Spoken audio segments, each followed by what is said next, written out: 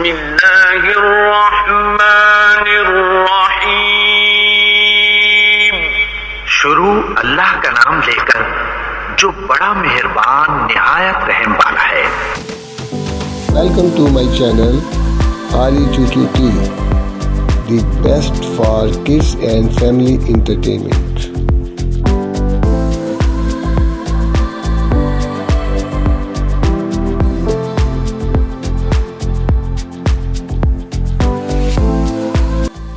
You are watching Ali Chuchu TV.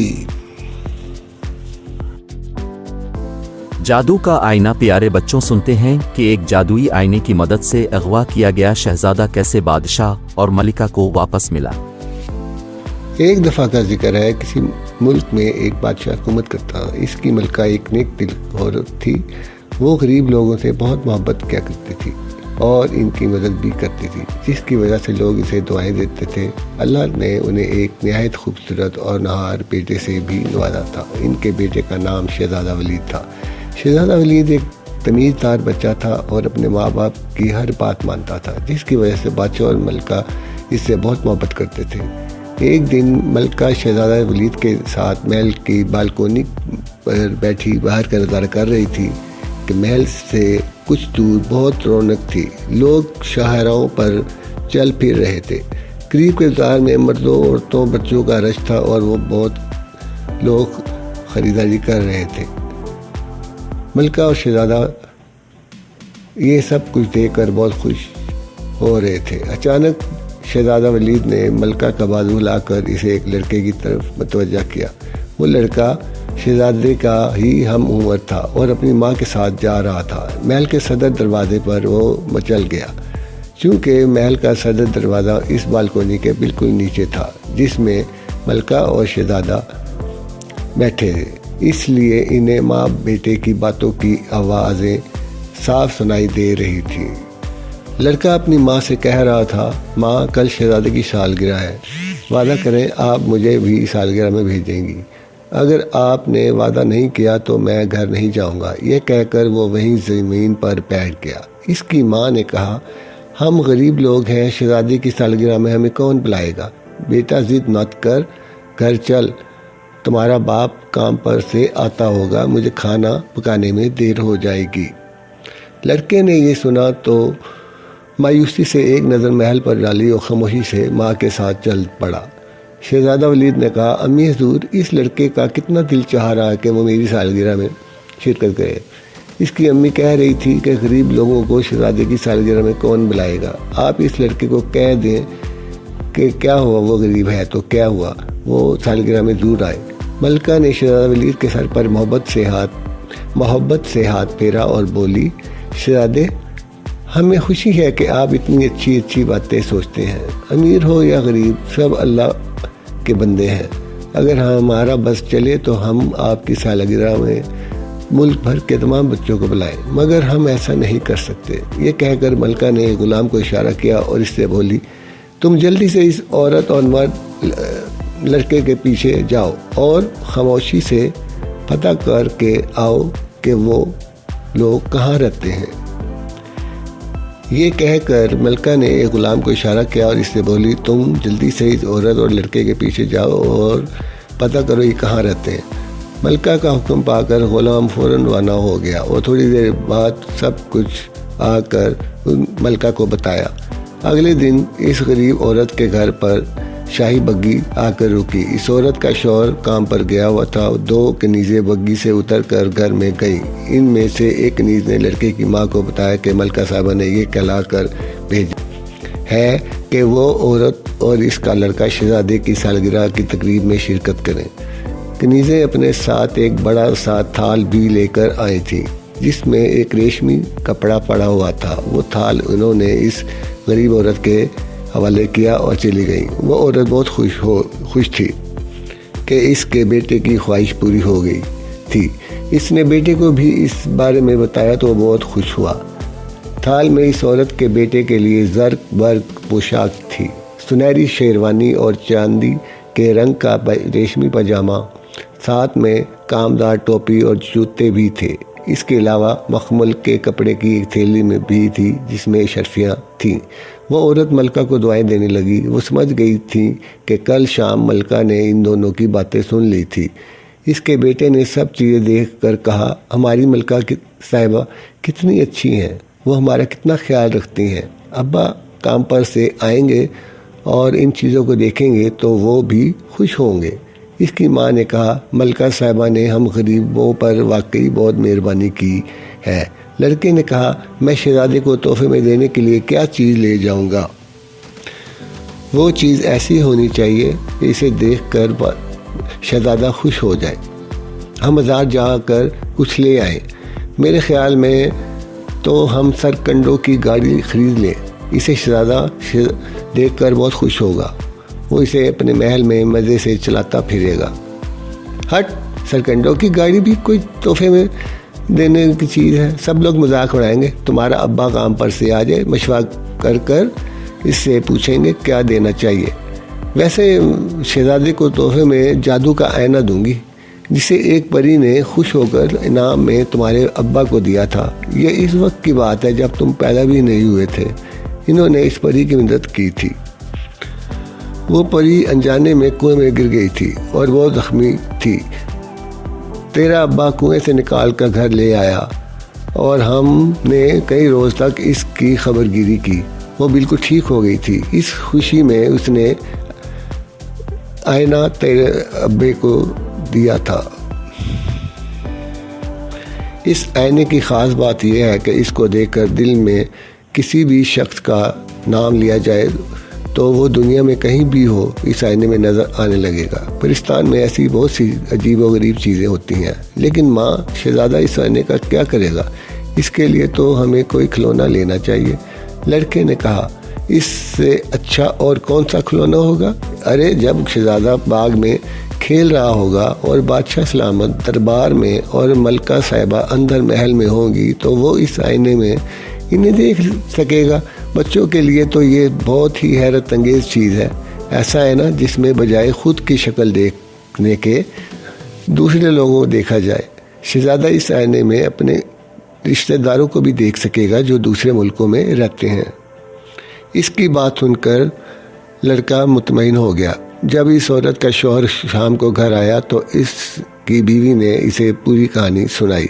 اشرفیوں کی تھیلی اور اپنے بیٹے کے کپڑے دیکھ کر وہ بہت خوش ہوا اور بولا، ٹھیک ہے، شہزادے کی سالگرہ میں دینے کے لیے وہ جادو کا آئینہ اچھا تحفہ ہے۔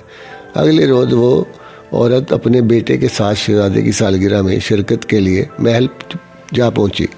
سالگرہ کا انتظام محل کے وسیع و عریض باغ میں کیا گیا تھا۔ مخملی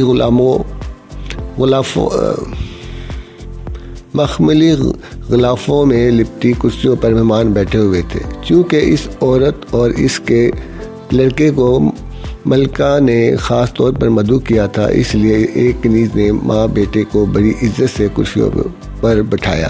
لڑکے کی ماں نے وہاں ایک عجیب و غریب منظر دیکھا۔ ہر طرف ایک افراتفری کا عالم تھا۔ غلام اور کنیزیں ادھر ادھر بھاگتے پھر رہے تھے۔ سب کے چہروں پر ہوائیاں اڑی ہوئی تھی۔ شاہی صفائی بھی محل میں ادھر ادھر کچھ دیکھتے پھر رہے تھے۔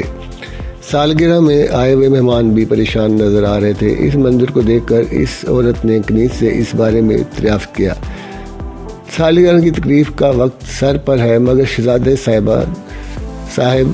جانے کہاں چلے گئے، مل ہی نہیں رہے، یہ سب لوگ انہیں کو ڈھونڈ رہے ہیں۔ اس کنیز نے جلدی سے بتایا اور خود بھی شہزادے کی تلاش کرنے کے لیے چلی گئی۔ بادشاہ سلامت بھی وہاں موجود تھے۔ کافی تلاش باوجود شہزادہ نہ ملا۔ انہوں نے شاہی داروغہ کو طلب کر لیا اور بولے، داروغہ، ملک کا چپا چپا چھان مارو، ملک کا چپا چپا چھان مارو اور رات ہونے سے پہلے میرے بیٹے کو ڈھونڈ کر لاؤ۔ داروغہ سر کھجاتے ہوئے بادشاہ سلامت کو دیکھنے لگا۔ اسے تو علم ہی نہیں تھا کہ شہزادہ کہاں چلا گیا ہے۔ یو آر واچنگ آری چوچو ٹی وی۔ اتنے کم وقت میں وہ کیسے اسے ڈھونڈے گا؟ اس طرح دیکھنے سے بادشاہ سلامت سمجھ گئے کہ وہ یہ کام نہیں کر سکتا۔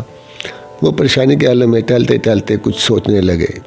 شہزادے کی گمشدگی سے ملکہ کا برا حال تھا، آنسو تھمنے کا نام ہی نہیں لے رہے تھے۔ اچانک اس عورت کو کچھ خیال آیا، اس نے اپنی جگہ بیٹھے بیٹھے جادو کا آئینہ نکال کر ایک نظر اس پر ڈالی اور پھر ملکہ کے پاس جا کر بولی، ملکہ صاحبہ آپ فکر نہ کریں، مجھے پتہ چل گیا ہے شہزادہ کہاں ہے، آپ بادشاہ سلامت کو لے کر میرے ساتھ اکیلے میں آئیں، پھر میں آپ کو بھی دکھاؤں گی۔ سب کے سامنے اس کا تذکرہ کرنا مناسب نہیں۔ اس غریب عورت کی بات سن کر ملکہ خوش ہو گئی۔ اس نے یہ بات بادشاہ سلامت کو بتائی، پھر وہ تینوں کمرے میں آئے۔ اس عورت نے ریشم کے خوبصورت بٹوے سے وہ جادو کا آئینہ نکالا اور بادشاہ سلامت سے بولی، بادشاہ سلامت یہ جادو کا آئینہ ہے، بہت پہلے سے اسے ایک پری نے میرے شوہر کو دیا تھا، میرا بیٹا اسے شہزادے کو تحفے میں دینے کے لیے لایا ہے۔ آپ شہزادے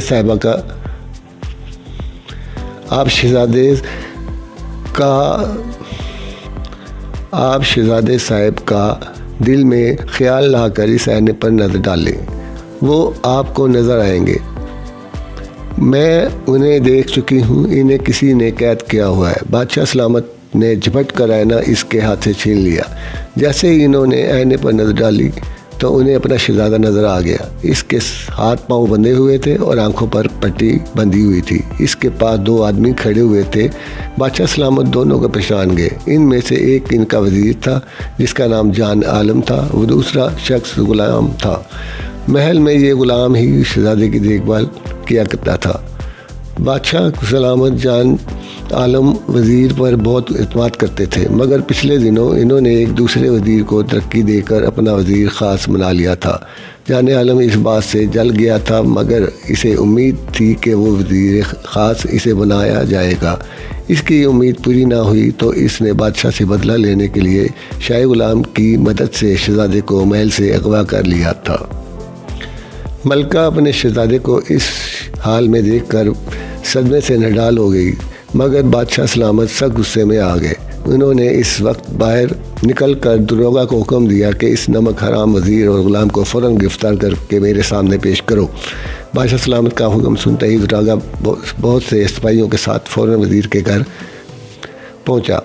وزیر کے گھر تالا لگا ہوا تھا۔ وہ سمجھ گیا کہ اس وقت وہاں یہ وزیر کہاں ہوگا۔ اس نے شہزادے کو چھپا رکھا ہے اور وہ سپاہی کے ساتھ چھپ کر اس کی آمد کا انتظار کرنے لگا۔ زیادہ دیر نہیں گزری تھی کہ ایک گھوڑے پر سے ایک شخص اترا۔ وہ وزیر جان عالم ہی تھا۔ جیسے ہی وہ گھوڑے سے اترا، اس سے سپاہیوں نے گرفتار کر لیا۔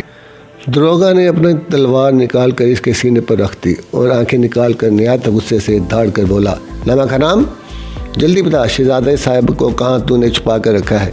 وزیر عالم نے داروغہ کے اتنے غصے میں دیکھا تو مارے ڈر کے تھر تھر کانپنے لگا۔ اس نے بتایا کہ شہزادے کو گھنے جنگلوں میں ایک جھونپڑی میں قید کیا گیا ہے۔ جلد ہی وہ سب جنگل میں پہنچ گئے۔ جنگل میں ہر طرف اندھیرا تھا۔ جس جھونپڑی میں شہزادے کو رکھا گیا تھا اس میں ایک چراغ جل رہا تھا۔